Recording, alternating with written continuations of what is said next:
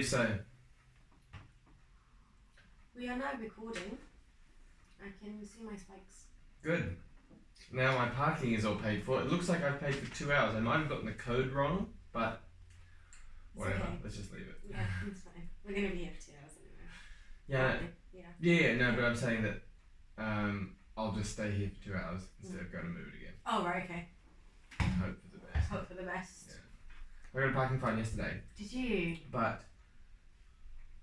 sometimes in some places they'll have like one park that's free and then the rest are pay parks. Yeah. I thought this was a situation because it had the arrow. It said that way. And then I got home and I was like, no, it's just showing you where the machine is. Oh no. So I challenged it already. I already emailed them and I was like, I was parked here and this is this. So we'll see. Probably. Have you ever got anything back from challenging? I haven't. My housemate got one, but not really. So at our old flat, we had a parking thing at the back, and it was a private parking company thing, and a friend of a friend's dad is a police officer, and he was like, they can't make you pay it. He said in the like a private parking company can't make you pay it. The council, you have to pay it. He said the private one can't make you pay it. There's no law that says that you have to pay their thing, and so people just ignored it. There was a dude with that must have had like 10 parking fines, just like stuffed in his center console of his car. You could see him. He shouldn't pay him. Because it was a private thing, not on a because they can't do anything. Interesting. Isn't that weird? Yeah. I wonder if there's like private parking near here. Probably not. Do you have a pass? Me? No, I could apply for one, but why don't you apply for one so I can pay you? Because it's really expensive. It's like nearly £200 or something like this, just to get a permit. And then you have to renew it every like half a year or something. Sorry, I don't live you that much, so. But I'm here now. But in East London, you can get daily lunch. That's what I used to get on my CCC. That's good. Yeah. But they'll be expensive. I should have left the car at school and walked over. Yeah, I mean it is a 10-minute walk. There is that. I've already been to the gym today. No, so you just got basically like a book of passes and just scratched them. That's right. I parked at a friend's place when I went to Wimbledon one year because she had a big book of those. Yeah, but I mean, it just depends on the borough. Yeah, that was Wimbledon that did that. So Merton. Yeah, but this is Kingston. Yeah, rich area, isn't it? Even though we're on the edge of it, this is not the rich area. No, it's not. It's not. Right. So last week we did. We need to introduce ourselves. You mucked it up this time. Yeah, go on. Hi, this is Cameron. And I'm Shannara. And welcome back to the Homework Club.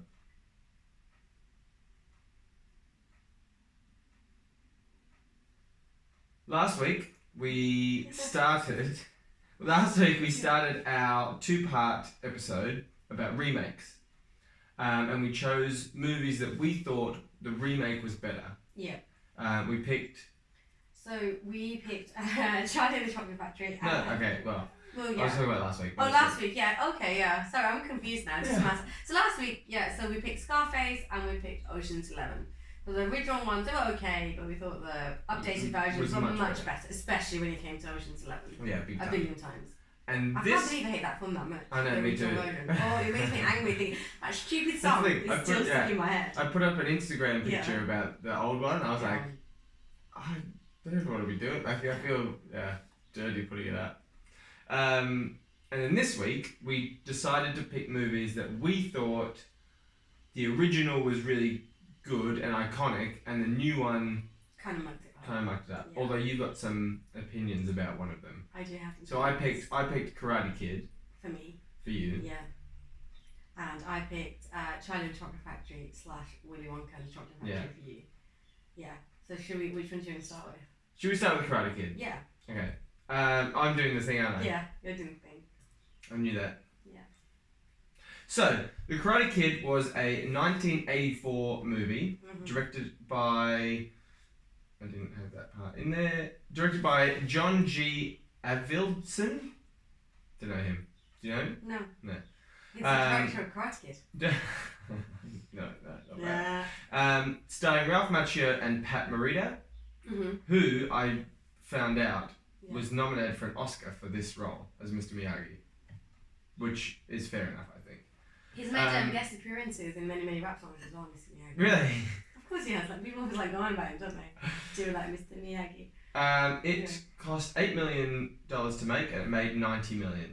That's amazing. So that's incredible. More than 10 times. Yeah. I can't believe it only cost $8 million to make, actually. Well, it's pretty low budget. Yeah, but if you think about the actual location, lots of location shootings, and like that. Yeah, but what do you mean? Expensive.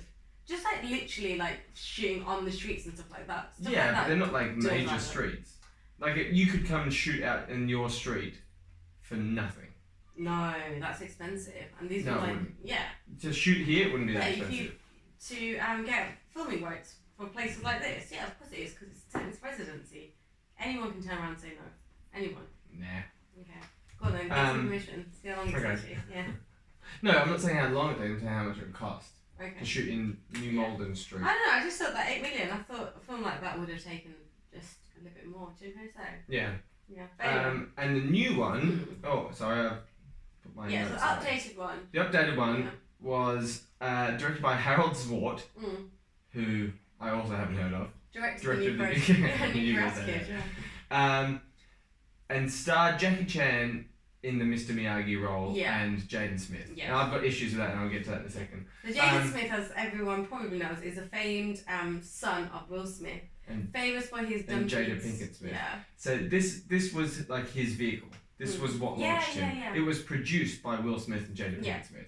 So basically, they were like, "This is our child. We're gonna make a movie. We're gonna make a movie. Put our kid in it, and now he can be a star too." Yeah. And he's gone on to nothing. He's gone on to share his philosophy with the world, which I'm always grateful for. And he did that movie with his dad, the After Earth one, which sucked. I don't know. I can't remember. I haven't seen it because it sucked. This came out in 2010, and it cost $40 million. Yeah. And it made $359 million. So commercially, it was quite successful. But you can see why though, as well. Yeah. You know, it's Will Smith, and do you know what I mean? You can see the marketing that would have gone behind it. Of course. Yeah. And that's the problem with these remakes, is that so for a lot of them, you're tapping into the people that loved the original. So, unlike last week, nobody went and saw the new Scarface because they loved the 1930s one. Yes. And like we said, most people didn't even know it was a remake. Yeah.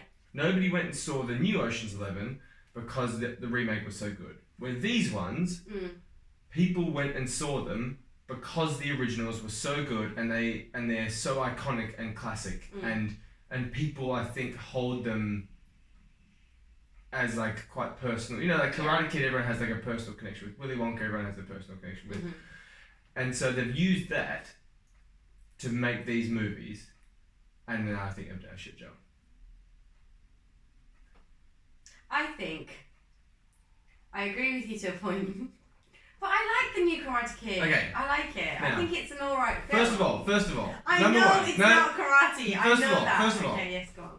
It's called Karate Kid. I know that. He doesn't do karate. I know that. Not only does he not do karate, but they just call it Kung Fu. They don't even try and disguise it. They go to China. I know. Yeah. And do Kung Fu. See, this is the thing, right? This made no sense. Like, that was the one thing. Like, if it wasn't for that kid, like you just said earlier, right, when we were having our little chit chat, if it was called Kung Fu Kid, I think everyone would have been fine with it. Like Kung Fu Panda. If it was like Kung Fu Kevin goes to China. Yeah, it's fine. It's a bad name, but it's a terrible name. But I agree. It's a movie by itself. It's fine. Why they chose to call it Karate Kid? I just can't. Yeah, I know that, but it's like also. It just, do you know what I mean? Because if they released it as Kung Fu Kevin's Adventures in China. And also, I mean, the film was, like, let's face facts, it was like a basic rip-off, the original as well, so... But the thing, it wasn't a rip-off, it was supposed to be a remake. Yeah. So that's what I mean, so if they were to call it, like, Kung Fu Kevin... Oh, yeah. Like, actually, isn't that Karate Kid? Yeah, so I see that. But, I have to say, right, the original film, right, I did like the original film, obviously, for all the obvious reasons. So, do you want me to just give a quick... Yeah, absolutely, yeah. So this kid moves to like LA, doesn't he? And he goes to school, and the cool kids are all in a karate club. Yeah. And he gets sort of bullied by them straight away. And they're picking on him and all this stuff, and he tries to go and join a karate club and sees that this is the one that they all belong to, and he can't join them. So he goes home, and the building manager is this old, wise Japanese guy who happens to know karate. And through a bunch of hilarious, like he teaches him karate through like waxing his car and sanding the floor and stuff. And he doesn't realise it, but he's learning karate along the way. And those have become iconic like phrases. Yeah. Wax on, wax off. Yeah. Like that's awesome. And then iconic scenes that everyone has ripped off since. Yeah. And then they enter him in a tournament and he wins the tournament and it's awesome. It's so good. And obviously it's a sports film, so we've got the montage. Yeah. Great montage going on. Anyways, the updated one is Jaden Smith and his mum moved to China for they don't really ever mention why. Or what her job is, yeah. Yeah, but she never says like why she has to go. And do you know what annoyed me? Is that it opens with them leaving the house. Yeah. And they get on the plane and she's like, come on, whatever his name is. Yeah. Kevin. Kung Fu Kevin. They say, come on Kevin, we have to learn Chinese. And she's like, and she opens up her like program thing. Chinese, that really, yeah. We're going to it's Mandarin. Yeah. It's not Chinese. Yeah. But she says we have to learn Chinese, and she opens up her program, and it's like they're on lesson 10, and they're saying like, hello, how are you? You knew you were going to China for this job. You can't be starting to learn on the plane to go there. That's ridiculous. That's way too late. That is too late, and like. Just to keep referring to it as Chinese, it's so flipping rude and ignorant. And this was made in like 2010. Yeah, people know it's Mandarin. It's Mandarin. Like, especially where were they going? Shanghai. Yeah. Shanghai they were going to. So that's Mandarin, you know? Yeah. So I kept getting really, really irritated with that as well. It's like someone saying, let's speak British. Yeah. But then the plot was the same. So he goes there and he gets beat up by the kids at school and he says he wants to learn Kung Fu. And the wise... I do feel bad for him when he kept getting beaten up though. Like, cause he was a little smart ass. No, but you're a teacher, man. Like, bullying is not okay. Don't say some kids deserve to be bullied. And then the same thing happens. The building manager comes along and says, and like helps him, but in a really weird way. His whole thing of teaching kung fu is putting his coat up and down. Yeah. Which was like it was worse than the wax on, wax off. He was coat on, coat off. Put it on the floor, pick it up, hang it up. Yeah. Come on. Yeah. Oh, I can do this now. But I feel like the whole point was that Mr. Miyagi in the original one was just a dude. And he made a big point of not being part of like a dojo or anything. Because he said, oh, what belt do you have? And he's like, canvas. Yeah. Like he made a whole joke about not being, he didn't care about any of that stuff.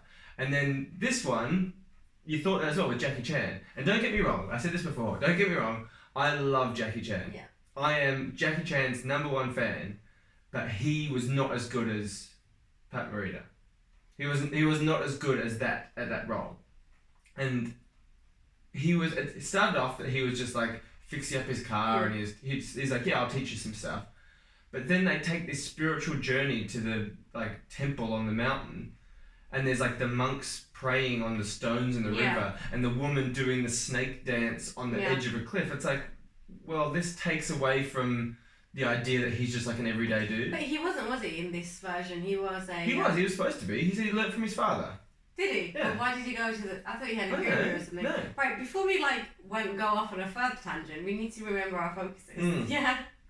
So what were the focuses again? So we had character, we had updated version, we had the original plotline versus the new plotline, and we had the success. We kind of discussed the plotline now. Yeah. So the character-wise, and you just said as well, with Mr. Miyagi and the new kid's name is Dre. Dre, that's right. Dre. Oh, she moves to Beijing after she gets a job transfer at her car factory. I think that was mentioned. What was she doing? What was she doing for the car factory? Oh, who gives a shit? But okay. She just moved but I still think you if you know you're going to be moving to China, you start your lessons earlier than on the plane. You know what though? You say that, right? I know people that have gone to China for work and stuff like that, and they just went, no, we don't need to learn because we work for an English company within it, which is so fucking rude, right? It's like but it's true. My brother lived in Paris for 5 years and didn't learn a single word. But it's just if you make an effort, just make the effort. It's not that hard. Yeah, but it comes back to the world you're going to be living in. I know people here that have moved from, like, my friends' housemates were Italian. They couldn't speak a word of English because they worked with a bunch of Italians. If all you speak is your language, then there's no reason. Yeah, but I think like if you're going to like a different country, you should make the effort. Yeah. I think she should have made more of an effort than. And what was it? So you know how he starts falling in love with. So which is ridiculous. Let's focus on the Karate Kid as a character then. Yeah. Okay. So this is Dre I'm talking about. So the new Karate Kid. Okay. So what? So he falls in love immediately with a lovely girl who's reading sheet music for a very long time, constantly in the park. Right. If you're going to read sheet music, piss off back to your study, little girl, because you're study outside. She kept being distracted. She wasn't really. She not to play basketball and play ping pong. Yeah, there's a reason why Dad was pissed off with her later. Right? She was not practicing. She's sitting there looking all beautiful, going hee. But also at the sheet music. These kids are supposed to be 12. Yeah. Why is he falling in love? They're like neither of them have gone through puberty. No. It's weird. It is strange. Because it's like. He like goes and declares his love to her. He's like, "Can she come back to me? Like, I'm sorry." Like, he goes to the father and says, "Can she come out and hang out with me?" They're too young for that. It is. I feel like you literally do it 2-3 years later. But think about all the year 7s. Remember that ended up having boyfriend and girlfriend. But none of them would be like this. Yeah. That's what I'm saying. Where the one in the original, they're kind of like. They're like 15. They're like the end of high school. Yeah, sort of thing. They're much older. I see with Jaden Smith playing Dre as well. I did quite like and appreciate the vulnerability that he showed. Like, you know, he was like a character that was getting bullied and picked on, and he obviously didn't have many friends, and obviously it's a very alien situation for him. The original Karate Kid, though, and again, he was getting picked on as well. Yeah. But I like the fact that he was just genuinely a nice boy. Like, when he moves into the flat, he immediately goes and gets water for the dog. When he sees the dog, and he's just like, "Oh, I'm just gonna go," and introduces himself to his neighbours and introduces his mother to Mr. Miyagi with the plants. Yeah. When he starts cutting the plants, and he says, "Oh, this is really, really cool. Look what it's so amazing." And he's like, "Oh, you can keep that." Yeah. One. He's just got that. Jaden nice was lightness. a bit more selfish. He was he was more entitled, I felt. Yeah. Like, and like when he starts shouting at his mom and stuff, just like, dude, your dad's dead. Yeah. Like, come on. Like, give her a break. But and that was the thing as well. Like the whole. So when they go to the tournament and he wins through the tournament, and then the bad guy takes him out, like kicks him in the knee and takes him out. Yeah. In the original one, because he talks about balance, he's like, there'll never be balance if it's a. And he gives the exact same speech in the new one, but again he's 12, and you're like, you don't have any like. You haven't lived at all to need this. Like, nobody cares about you because. What are you talking about? There's no balance. Like. You'll be fine. Where the other kid, you get a little. He's still a kid, but you're a bit more like, well, okay. Yeah. You could be having a tough time. I really did like the end fight scenes though in the new Karate Kid, right? No, not between them. Just like, you know, the tournament. Yeah. And you got all these like people like doing the kung fu and stuff, and they are like so incredibly talented. Like, you can just see that. Yeah. Everybody was kung fu fighting. They were kung fu fighting. There was a scene where like literally. Fast as lightning. Yeah, they were. So you know how you're not allowed to get out of the circle, right? So this, I don't know if you remember watching it, and he was like literally flipping like in circles all the way around, but on his hands, just so he was outside the circle. I was like sitting there like, holy hell! Imagine being that dedicated to something, like just that dedicated that you can be that good. Like, I've never had any passion for anything to be that good at anything, right? And so Scott was watching with me. He just like, this is like a kids tournament, right? Like, it's ridiculous. Like, it's really violent. It's too violent. And he even said, he goes, they wouldn't have been matched up because he's done martial arts training for like years and years. The kids are matched up via height, whereas once you become adults, it's via weight. But he was like, they won't be fighting together. Oh, they just chucked everybody in this whatever this tournament was. It just wouldn't happen, which is a bit annoying. Saying that though, I had to, and I know you hate me for it. It was an alright film. Okay. Like, it was an alright film. Let me just go back to the fight scene thing. In the original, he goes through the tournament, and the second bully gets grabbed by the coach, and he's like, take him out. Yeah. And he's like, no, I can beat him. He's like, I don't want him beaten. I want him out of commission. Yeah. And he kicks him in the leg with like an illegal kick, and like he drops down, elbows him in the leg, and he takes him out. And then he has to get Miyagi to do the magic thing, which in the old one is cool because he just like rubs his hand together. In the new one, he has like this fire dance thing, and it's like, that's a bit unnecessary.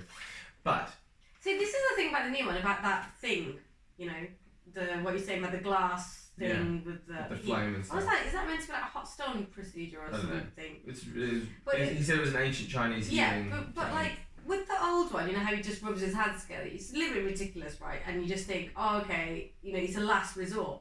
But in the newer one, you just think, but he's done it before, and he's actually worked, and he's obviously got a technique behind it. Why on God's green earth did he not just offer it in the first place? Yeah. Why was he like letting? And that was the thing, because he said, oh, you know, you don't need to prove anything anymore. You can stop. But yeah, he seemed less reluctant in the new one. In the old one, he was like, no, we're done. We don't have to do it. You've proven enough. You're all good. And you got more of a sense that the bad guys respected them now. Yeah. Because after he breaks his leg, he grabs him. He's like, I'm sorry. Yeah. Where in the new one, he doesn't do that. We spoke about this, because in the new one, he just says, no, and then that's it, really. Yeah. But he doesn't really argue about it. In the old one, he says, he has that moral dilemma, just like, well, I can actually beat him out. And he could have. And when he tells him, he's like, upset about it. He doesn't want to do it. Because he's right though. He could have, on the basis of his talent, because he was very talented, right? Like he's Barney's hero, do you know what I mean? No, we're talking about the second dude. No, I'm talking Dutch. The one that breaks his leg is the second bully guy. But he could have. That's not Barney's hero. Barney's hero is Johnny. Is it Johnny? Okay. Either way, they weren't better trained. Yeah. Much better. So they could have, on the basis of their talent, they would have been able to. So for the teacher to say that, you know, that's like. Well, because he was a nasty. Yeah. But then. And that guilt straight away. That immediate guilt. The final fight. Macchio comes back out. Ralph Macchio comes out. Whatever his name is, Danny LaRusso comes back out, and he can't stand on his knee because his knee's so bad, and so he has to do the crane technique. And that was such a big thing because he saw Mr. Miyagi doing it. That one of the silhouette of him on the post thing in the ocean doing those crane kicks was a really cool scene. And so that was like a throwback to that. And it was like, wow, he used that technique that he saw him do and he mastered it. Great job. In the new one, first of all, Jaden Smith's just like running around on his knee again. He's like fine. And then it's like he almost looks like he remembers that he's supposed to be injured. And then out of nowhere, he does this spinning backflip, like hammer kick. And it's like, what is that? Like this ridiculous wire work that was in nowhere else in the movie. He was just that good. No! He was just that good. It was awful. That was so bad. That was so bad. So what would you give the... Well, is there any other parts of it we need to discuss? Really? You hate it, and I thought it was alright. Like I said, I didn't hate it as a movie, but I didn't like it trying to remake the original. When you've taken a great movie, a classic movie where people know the lines and people know all the different parts, to then try and do it better or do it new, and then you do it like that. Do you hate this film as much as I hate Ghostbusters? Maybe not. I don't know. No. Did you like the original Ghostbusters that much? Yeah. No, I liked the film. I think I was like younger when it was coming out, so I kind of grew up with it, with the cartoons and everything. Yeah. So yeah, it was kind of like, you know, there for me. And then this new one, I was like, ah. Do you know what? That's the thing. I watched Casper. It was on TV. You told me. I love it. So good. It is a good movie. Oh, so watching it, right? Because it's Halloween, and obviously they're talking about like, you know, classic like horror films and stuff, and it was talking about CG behind it. It was amazing. We'll talk about that later. Sweet. Okay, I look forward to it. Yeah. What were we saying? What would you give this movie? No, when you were saying when it ruins. Yeah, I feel like in the context of the original movie, this movie's worse than it is as a movie by itself. I would agree. I think so. I'm a little bit torn as well. Like I really, really am, because I did genuinely. If I hadn't watched the first one, I would have been like, this is actually an alright film. But in comparison, of course it's not a really good, you know. It doesn't do the original justice. And the only reason it exists is because the original happened. What I really did not like, though, I don't know, it's meant to be quite beautiful. You know what you spoke about when they went into the mountains and stuff. I hate that shit with a passion. It's like watching Indian films or something set in India when they try and find themselves. But that's it. Ashram. It's just like, fuck off. And that's it. You can do it anywhere. It meant that there was something beyond what Jackie Chan was teaching him. Yeah. So everything that Danny LaRusso got was from Mr. Miyagi's teaching. And Mr. Miyagi was just a regular dude who he was in the war, he had a tough life, he'd lost his wife and kid, he was just living a simple life, and he passed on his own like passion and knowledge. And this one, it started like that, and then he's like, oh, and by the way, we're going to go to this magic sacred mountain, and you're going to learn all the heaps cool tricks. Yeah. With the snake charmer thing, like. I didn't get that. No, because then it comes back at the end. They don't mention it again. No, he did it to his mum. He tried. And she was like, stop. And then he randomly does it in one of the fights. Yeah, the first one with the enemy. And he like moved his head, and then the guy moved his head, and I was like, this is dumb. I didn't understand that. No. I was like, well, that's not possible, is it? And what's the point? Yeah. Like. He said, because the whole thing was like, yeah, the snake's copying her. He's like, okay, so like, what? How does that help you in a fight? Anyways, so I think the old one is an A. I'm gonna say the new one's a C. I'm gonna give the new one a C. I'm gonna give the old one a B. Yeah. Good, as long as it's the same. Yeah. Thing as that. All right. Right. So I chose for you Willy Wonka. Love this movie. Right. So the original was called Willy Wonka and the Chocolate Factory. Do you know why? Yeah, because of Roald Dahl's timber. You know? Yeah, he removed the rights from it. No, it was a marketing thing. No, he removed the rights from it. So basically, initially he was a screenwriter, right? And then they said, oh, we're just going to go ahead and make lots of changes, and he was not happy with it. And so he said, right, I'm going to remove my name from it, and I'm going to remove the name from it. So he removed, because initially it was meant to be Charlie Chocolate Factory. He did not give them the rights to the Glass Elevator book. He said he doesn't want anything to do with it. And yeah. Surely Wonka was a copyright. Could have been, but he said he just didn't want it to be Charlie and the Chocolate Factory. So that's why they named it Willy Wonka and the Chocolate Factory, because they just made it so different from the actual original book. Yeah. Have you read it? Yeah. And it is. But it's and fine. he had it in his clause up until his death. Like, you know, it was his widow who then finally released. So it was in like problems. Like, obviously, we wanted to redevelop it. I think it was in the 90s that the widow finally said, "Fine, we're going to look at a screenplay. It needs to be like this." He had it written in his death will and everything. I thought that was fantastic. He was like That's so cool. Passionate about it. And then when they were finally happy, his daughter and her, when they were finally happy with the new version and the new screenplay. That's when they released the rights. And then they made the travesty of Charlie and the Chocolate Factory. Yeah, but it was actually closer to the book. But Johnny Depp done really bad. Johnny Depp was like certified insane. I don't know. Well, give us some stats. Yeah, so Willy Wonka and the Chocolate Factory, 1971, starring Gene Wilder, directed by Mel Stewart. Now this had a budget of only $3 million. Wow. Right? That's crazy for this. Really? Yeah. But it's gone on to be like. Yeah. It became a cult classic. Yeah. That's where it really made the money. But because of the controversy surrounding it when it originally released, it just lost a lot of the audience who would have been passionate about the Roald Dahl books. Yeah. And obviously with Roald Dahl going out publicly to say, I'm disowning this book, that it lost a lot of the fan base. The new film was directed by Tim Burton, starring Johnny Depp. 2005, I didn't realise it was that long ago. I think it was much more recent than that. It was 2005. Yeah. It's 13 years ago. We are getting old, man. You're getting old. I'm only like 5 seconds ago yourself.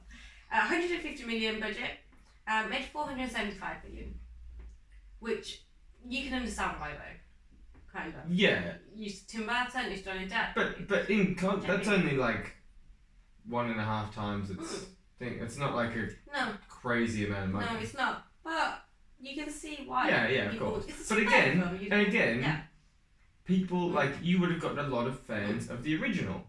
Yeah, absolutely. Going to see an updated version. Yeah, it's like when I remember when I went to watch Alice in Wonderland. Yeah. And I love the book and I love the film, blah blah blah. And my friends and I were really excited to watch this film.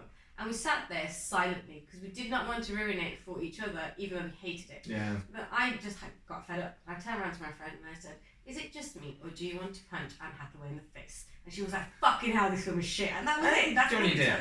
Yeah, again. And what's her name? Do you know I went to high school with Mia Wasikowska? Who? What? The girl that plays Alice. I went to high school with her. Did you? Mia Wasikowska. Really? Yep. Was she nice? Yeah, really nice. Really nice, really quiet. And we all knew she was doing acting stuff, and she was in she had like a couple little roles in just like Australian soap operas and stuff. Really? And then, yeah, left school, and then someone was like, "Oh yeah, she's Alice." So I was like, "What?" Wow. Has she done anything since? Bits, more. Not like Stara. How old was she now? She did the second Alice in Wonderland. That's what I mean, outside of Alice, No. she started. Yeah, she's done other movies.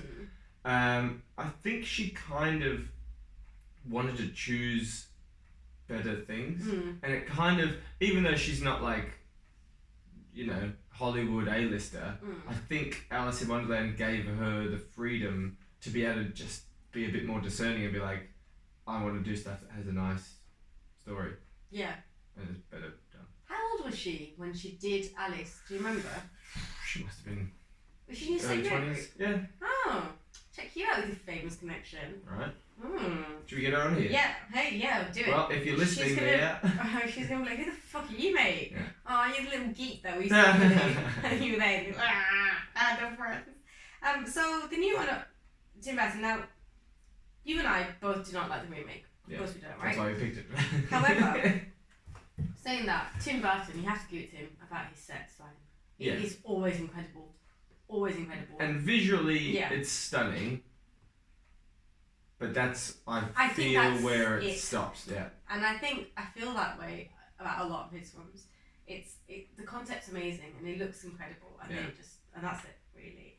And which is a shame because the source material is so good. Yeah, exactly. So the house, when he was developed on Roald Dahl's writing shed, and I've spoken about his writing shed before when I read his autobiography. Yeah. And because he had this severe back operation and problems. He had a chair that he designed himself and made himself with a big hole in it, and he used to write for 4 hours a day, 2 hours break, lunch, nap, then 2 hours again. He used to have a gin and tonic for his lunch, right? And I was like, "This is brilliant, absolutely fantastic." And he wrote only in pencil. That's cool. Only a HB pencil that he used to have a stack of and he sharpened. It's Roald Dahl. Yeah. Yeah, but so the shed was based on. When Tim Burton went first to read the original manuscript that his daughter had kept, he went into the shed and said, "This is the house. This is the house." Now, the original manuscript as well was apparently had lots of naughty names. So not the book that was published. The original manuscript for the book. A girl called Herpes in it. Is that why she was turned into Veruca? Yeah. That was it. So her original name was Herpes, and the publishers were like, "You can't do no, this." not even that. Even in 2018, you couldn't do that. And I'm like, that's not okay. But I love the fact that her name was Veruca. Yeah. Because it's That's a ridiculous so funny, name. Who named a child Veruca? Then again, who named a child, I don't know, Princess? But we have that. Tell me. So what do you think of the original? Right, I really like the original. What do you think of Gene Wilder? Let's talk about the characters. Okay, so Gene Wilder, he was obviously Willy Wonka, and I think he played it in a really, I don't want to use the word good, but I'm going to go and say good way, because Johnny Depp is so wacky and weird, and he's like a junkie, mental patient, kind of thing. Gene Wilder comes across really nice and really lovely, right, and really normal. And then he says something, you're like, shit, this guy's actually horrible and mean and cruel. He played sinister really subtly. And he's cruel. He'd go really happy about some things, and then he'd just slip little comments in, where... He's like that girl that you were friends with, and then realised a while later, actually, she's being nasty to you all the time. Yeah, she's a fucking bitch. So yeah. With Johnny Depp, was just so bonkers and over the top. You're just like, I don't give a shit how he says things. When he said he says something to Veruca, and it's something like, "Oh, I thought that was something you got in defeat." Yeah. About her name. About Veruca. Yeah. And then she just went Yeah, that was it. The reaction was like, and But if he said it really nicely, imagine delivering that line with your face. Imagine that. Like, isn't that something you get in your foot? Like a fungal infection. It would be really, really horrible. Like the horrible pink lady in Harry Potter, Mrs. Umbridge. Yeah, Umbridge. And everything about her is so nice, and then poison comes out of her mouth. And I think Gene Wilder did that really well. And he had this weird, like everything was a little bit sarcastic. Yeah. And everything, like he almost played bored at times as well. Like. But he wasn't he? Yeah. Because he just all played, wasn't he? Because he hated children. And, yeah. Well, he's a psychopath. And he was a psychopath. I think they should make like an adult's version of Willy Wonka. Yeah. Where he like kills them all. But you know how. Well, that was the thing about the first one. The original one, the kids all. They all died. Disappeared, and you didn't see them again. Yeah. And the second one, they must have received feedback or something to be like, we have to show them being okay at the end, because that's the first one. You kind of like, but in the well, book, what happened? Yeah. What happened to them? Like, and that was kind of the thing. It was like, are they dead? We don't know. But then the new one's like, oh, they're all there. They're just a bit pissed off. Yeah. And what does she say? She goes, "Daddy, you're going to buy me." It's just like you've had no character arc, so none of them had any. Really care. Yeah. The Oompa Loompas is that. So obviously in the original, the Oompa Loompas were orange. Okay, I know it's not part of the book. I get that, but a film is a film at the end of the day. You really need to judge a film on quality. Well, that's a really good point. It's never going to be as good as the book. That's a really good point you've made there. Oh, thank you. There's the first one. In what, 17 episodes? Yeah, you just made a really good point. Yeah. First one. Note it down. What time? Should we time code it? Thank you. So it's 24th of what are we? October. Yeah. What time? 14:53. How far through the podcast? 37 minutes. 37 minutes. If you go to this time, you can listen to Shania making a good point. Yeah. For the first one of the series. But I'm making his first joke of the series. Do we think that the new movie is a remake of the old movie, or is it another version of the book? Because how many elements from the original movie have been carried over? Well, quite a few things. But that weren't necessarily straight from the book. So maybe we've gone about this whole thing wrong. Maybe it's not a remake of the movie, it's just another interpretation of the book, and it happens to be a shit interpretation. Well, this version of the book, let's say, was the one that was ticked off by the family, by the Roald Dahl estate, and his wife and his daughter were like, yeah, we're happy with that, because they double-checked the manuscript, right? But so that's the thing as well. That's fine. However, you can't make this film without influence from the original. Yeah. Like, the town in itself, in the book, yes, it's described as a place somewhere in England, literally, it's like really ambiguous. And in the original film, they had this weird mishmash of accents, and they had the same thing in the new film, and that's got nothing to do with the book. So you've got that kind of influence. And the way in the book that they describe how poor the family is so over the top, and so whatever. But again, you've got, and I know it's in the book as well, everyone's staying in the same bed and things. The layout of the house isn't described as in the book, but it is in the film, in the original one, and they've kind of literally copied it over. Yeah. So I would say it was a remake of the original film. Because getting onto the Oompa Loompas, like, you have such an iconic set of characters, like so iconic. Just make them orange again. Yeah, just do it. Just do it. Just make it. And again, orange again. okay, it's got nothing to do with the book, but it worked in the original film, and like you said, it was iconic.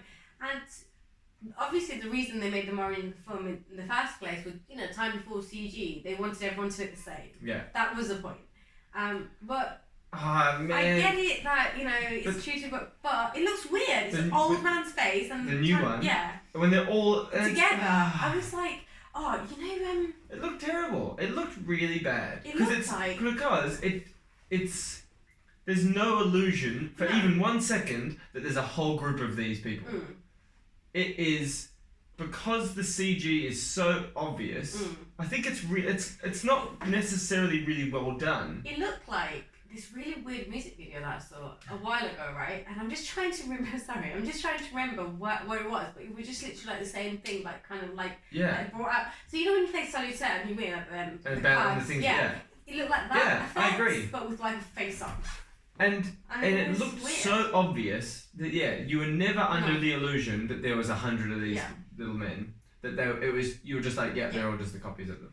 Saying that though, when it came to the CG, now Tim Burton's obviously working with younger actors, he did want the reactions like they did in Narnia and stuff, built sets. A lot of it was actually like sets and props and things, cool. which is quite cool because I did assume all of it was CG, but he just limited the amount of CG and green screen that they used, which we love solid props anyway. So now, can you sing one of the Oompa Loompa songs from the new one? No, that's what I mean. Like, none of the songs are memorable. Did not give a shit. When I was watching the new film, I was doing 3 things at the same time, right? Because you didn't care? I did not care. So I was writing, because I'm obviously a writer. Right. So I was writing notes while I was watching, which obviously I don't have, right? Because I lost them. I didn't give a shit, right? And I was also like looking for recipes to cook like later on tonight. So that night, sorry. So I was just like, it had no grab to it. It didn't grab me at all. And you're right. Like you didn't care. None of them had story arcs. You didn't care about any of them. Where you were made to care about them more in the old one. Yeah. And I know that they obviously took some changes with the story, like with them having the fizzy lifting drink and then getting in trouble at the end, was a really nice little scene. That was a really cool scene when he just says like, goodbye, see you later, and he goes into his office and everything's cut in half. I think that's really cool. Totally like random, but really cool.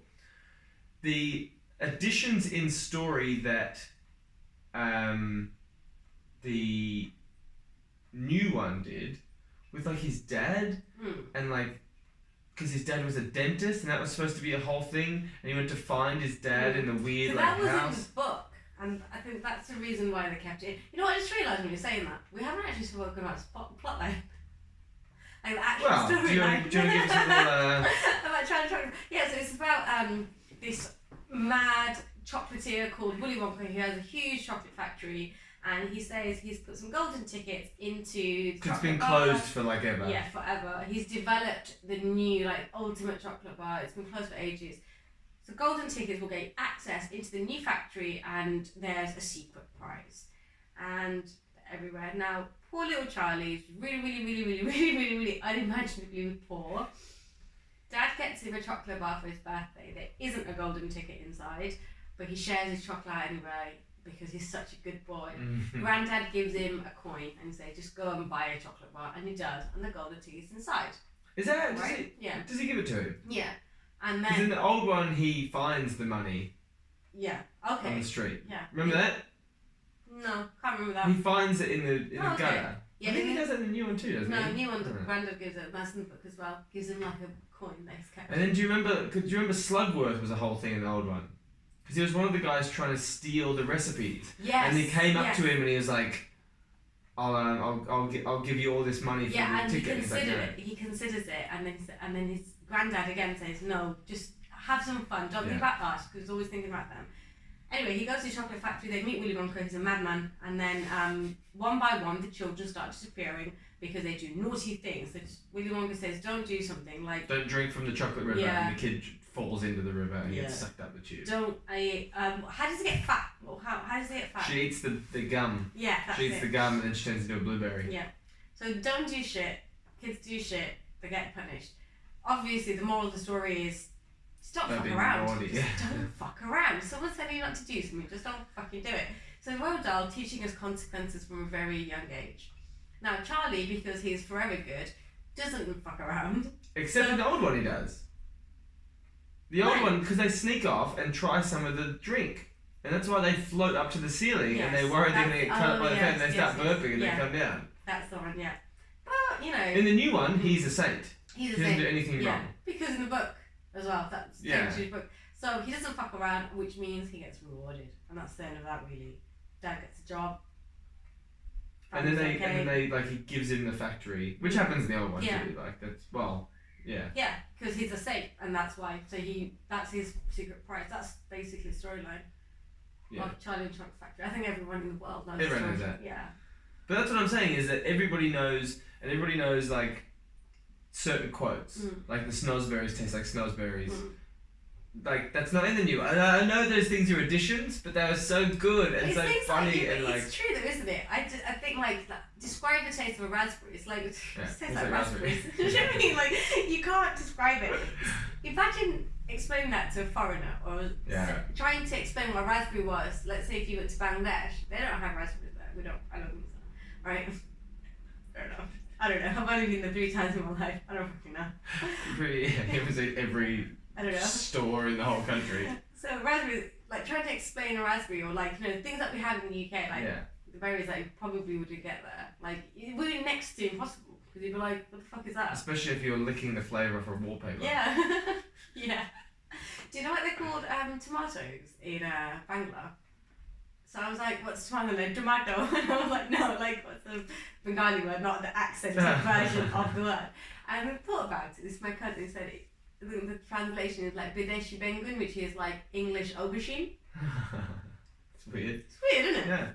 But I kind of can see where they might have got that from. You got the same texture on the outside and the same, maybe. The same, like, squishiness. Squishiness, yeah. Alright. So the original, I think I would give it... So is there any other bits we need to cover? I think so. What do you think? Yeah. No. Original, I would give it, a B. Give it an A. Did you? I love that movie. I love it. It's so fun. And it's so, like, the songs are just great. And it's just, the songs are that, what's the one, the Candyman? The Candyman Can, where they sing it in the lolly shop and they're, like, dropping, like lollies on everybody and sweets on everybody. That is awesome. The old one, but that's what I mean, like, £3 million budget, do you know what I mean? Yeah. That's amazing. Yeah. And like that massive car thing that shoots out all the foam and stuff. I suppose it's all on set, but still. Yeah, it was 100% on set. Yeah, but still. Because the big room they go into, where they can eat everything, that itself would have cost loads to make. Yeah. Because that was huge. Yeah. And there's like a brown river and stuff. Would you like to go to Willy Wonka's Chocolate Factory? Like everybody. I just can't believe that they never actually made that. Like they never. It's so ridiculous. No, maybe they didn't get. Maybe Dahl did not give permission. Maybe. Yeah, because they would have had to get permission. What's your favourite Roald Dahl book? George's Marvelous Medicine. Yeah, me too. Yeah. I always thought that was funny. It was great. I tried to make it. Did you? No, that's just like paint and stuff. Yeah. I did. It was like, I always do that, but there was a book that I read when I was really young called, have you read it? It's called The Stone Soup. Yeah. It's brilliant. Like, I'll make a soup with just a stone. It's like all the vegetables. Yeah. I made that as well. But that George's Marvelous Medicine is really bad because it's like, if you gave that to someone, they died. Like straight away dead. Like not even a... But I think with like Dahl, he took no responsibility for like the influence and she was like, fuck it. Like, you know, like the twits, read the twits. Yeah. It's really messed up, right? Have you seen The Witches? Yes. That's really scary. That was like a really scary movie. Book. Yeah.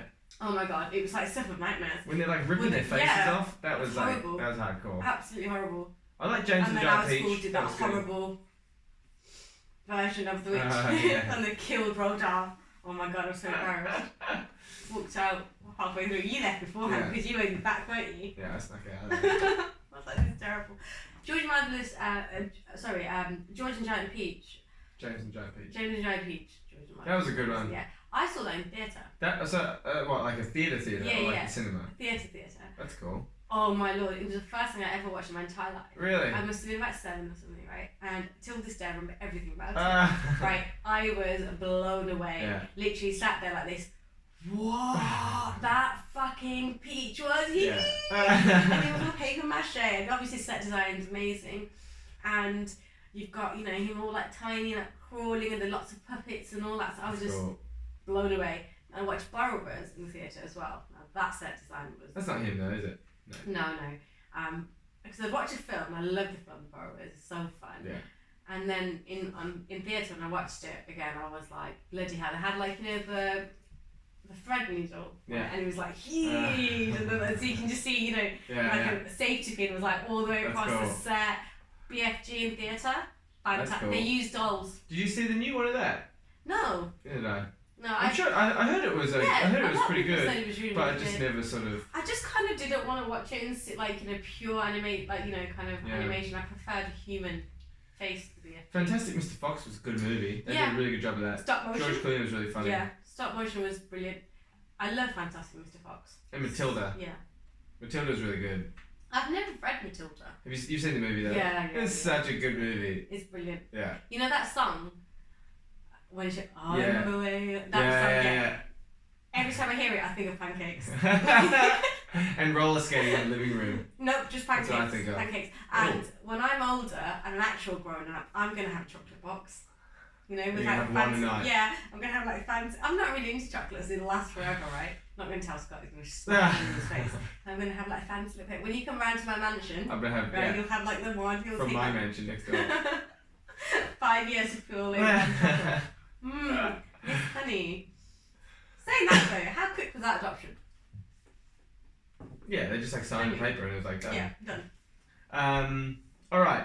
Yeah. Should we wrap this up? Yeah, we're done. Yeah. So, that brings our two-parter to a close. Yes. Next week we have a surprise because we're going to do an early release, aren't we? This is an early release. So we're gonna. This episode you're hearing. Well, there's no point saying it now because they're going to be listening to it at the end, so they've already heard it. Yeah. So this episode will have been released early. Yeah. So today You're welcome. Today is Wednesday. We're going to release it on what? Friday?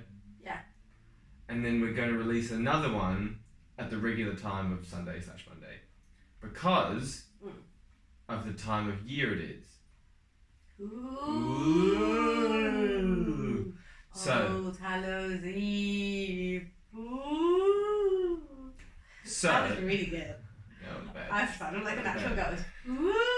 Yeah, you sound like you're like cheering. You sound like you're in a 90s sitcom, being like ooh, when two characters kiss. Ooh, that's what you sound like. Oh, in the like in Friends, yeah. So you might have guessed, but we are doing Halloween movies. Yes. So. And keeping on the theme of classics, we have chosen 2 classics. 3 classics. 3 classics. Yeah. Oh, yeah. So we figured so it took all my strength, and you, the fans, can thank me. Took all my strength to convince Shannara not to watch Hocus Pocus. It's the best one. Bette Midler. Everyone says it's the best Halloween film. It really Nobody is. says that. Everybody says that. Everybody says it. So I fought tooth and nail to do something better. And we were kind of debating, like, do we just pick new ones? Do we pick classic ones? And I wasn't allowed to do Casper. That's another great... Snorespa. No. Cass Snore. No. So... I have textual evidence of you saying that's a great film. So... Yeah, well, we're looking at, like, the whole point of this podcast is that we look at movies and we sort of, like, look at them in depth and they're... I don't give a shit, man. And you pick Hocus Pocus. What would our focus be for Hocus Pocus? What would our Hocus Pocus focus be? I don't know. It'd be like, was it good or not? Yeah, pretty good. It's great. Brilliant.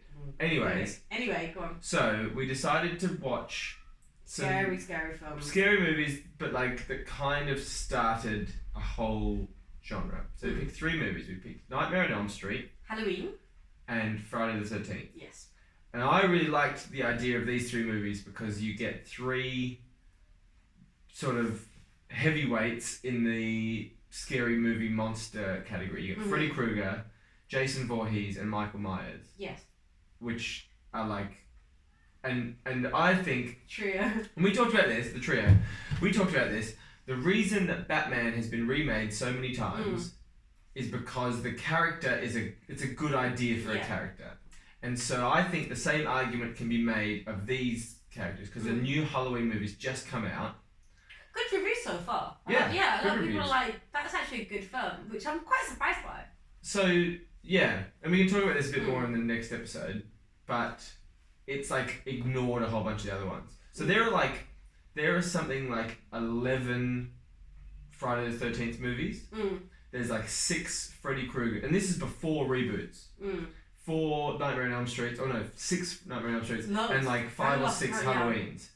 And then they were rebooted in like the early 2000s, and then one of them's been rebooted again. It wouldn't be surprising if the other 2 were rebooted soon as well.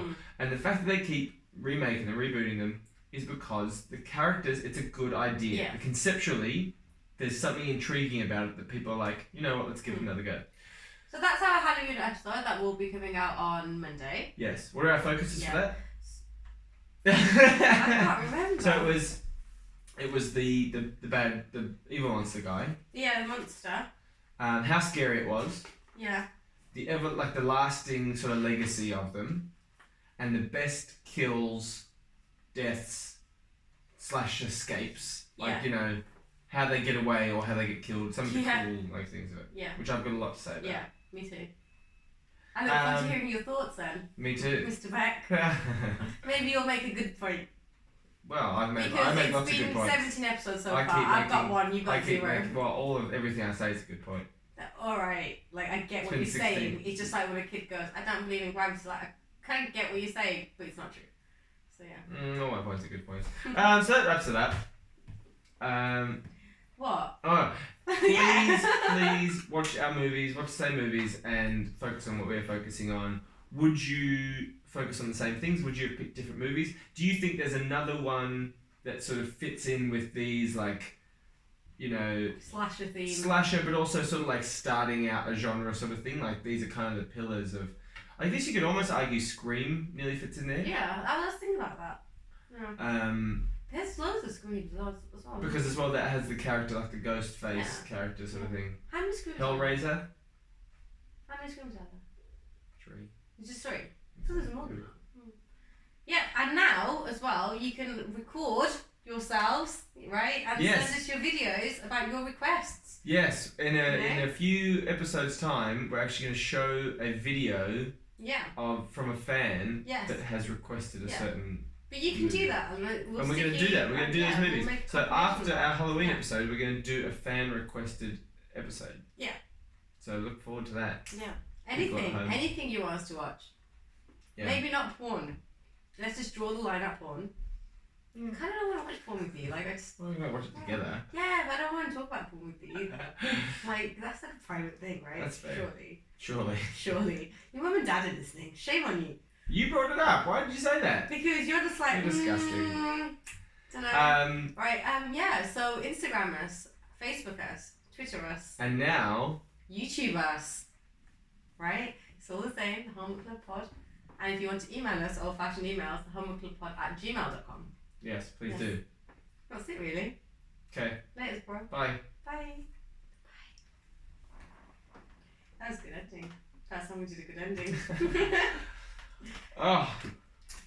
Alright, let's take 5 minutes. Yeah. Oh, man. Stop that. Now, I don't know if we're going to be able to record it because we're going to be wearing the same things.